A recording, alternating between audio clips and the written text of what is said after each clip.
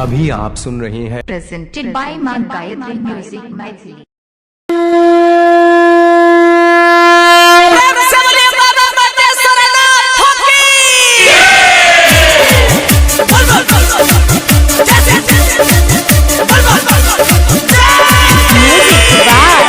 विकास Riga Sitamarhi singing Prince बिरिया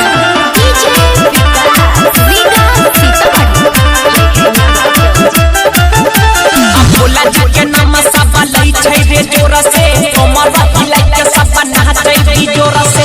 भोला जी के नाम सब लई छै रे जोर से कमर हिलाई के सब नाचै रे जोर से।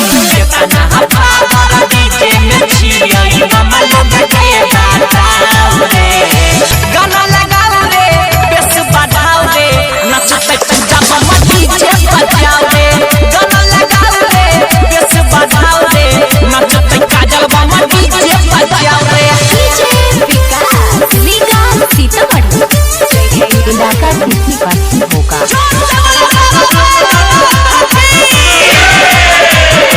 धमाका वीरेंद्र दीवाना के नया नया बजे दही गाना यहाँ अच्छे सब भोले के दीवाना।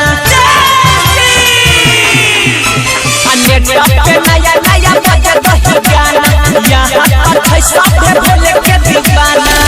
ओई डीजे बड़ा नाचै छै देखी उछल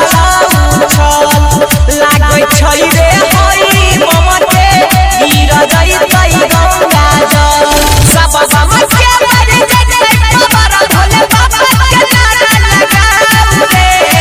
गाना लगाओ रे बेस बढ़ाओ रे नचते काजल बाबा डीजे बजाओ रे।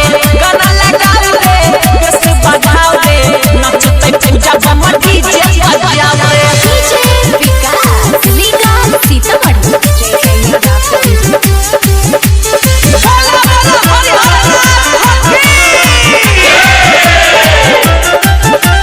नाचै में देखी कराबै छै काबर डीजे के तनी तनी बढ़े दही पावर। नाचै में देखी कराबै छै काबर डीजे के तनी तनी बढ़े दही पावर। देखी सभे के लागल छै नाचै के धुन सेवा सत्कार के ताबा मिलतै अपना छौ धीरज फिर समाज तना नाचे छौ तना नचाओ रे। गाना लगाओ रे बेस बढ़ाओ रे नचते पंजाब में डीजे बजाओ रे।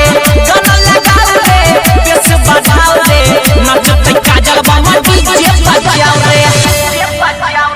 वीरेंद्र दीवाना करहारा पछियारी टोल।